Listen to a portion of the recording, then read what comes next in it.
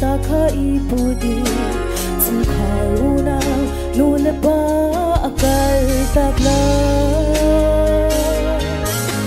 Jisu hu zu kut kapi asi pang parin hui phami lam salo him le soi akhat mi lam thwa na si mi tâm ti ni an su kho har na pina chet swa lam thwa na si mu kho mi ble aro kan ngei lo mu kho lo ram aro sung kan ngei ble song a moi kho ri akan sia lo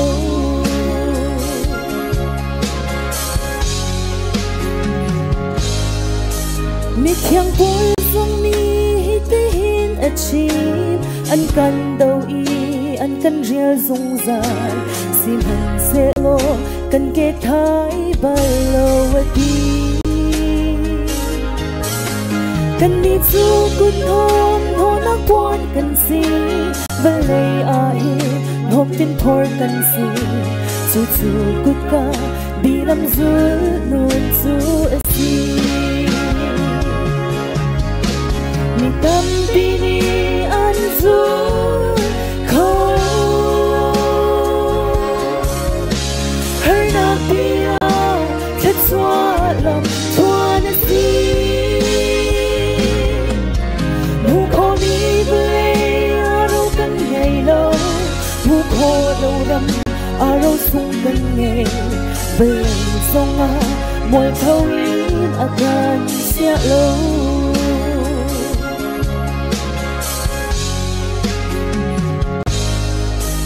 Lebanon changi si dar thing kum chu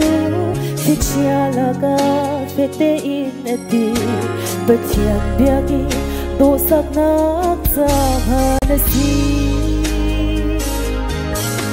ne sak na ti le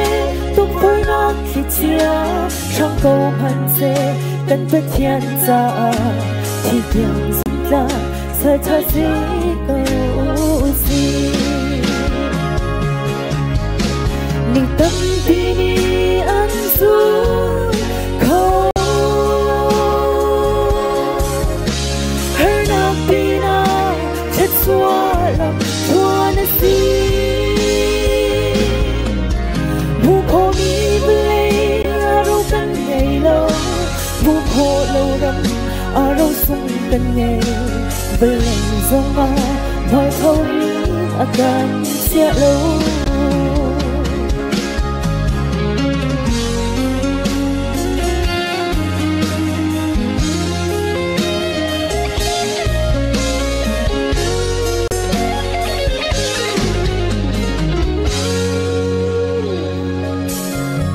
Jerusalem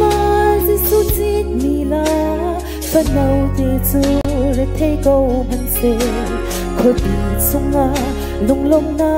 khe an ra do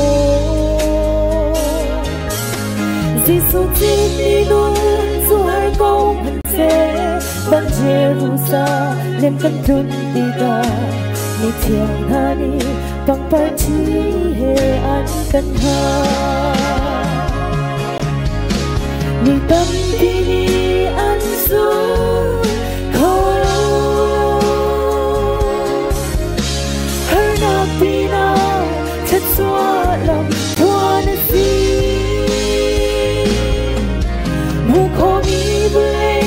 aro kan ngei lo mu kho lo ram aro sung kan ngei ble song a moi thau in akan sia lo ble song a moi thau in akan sia lo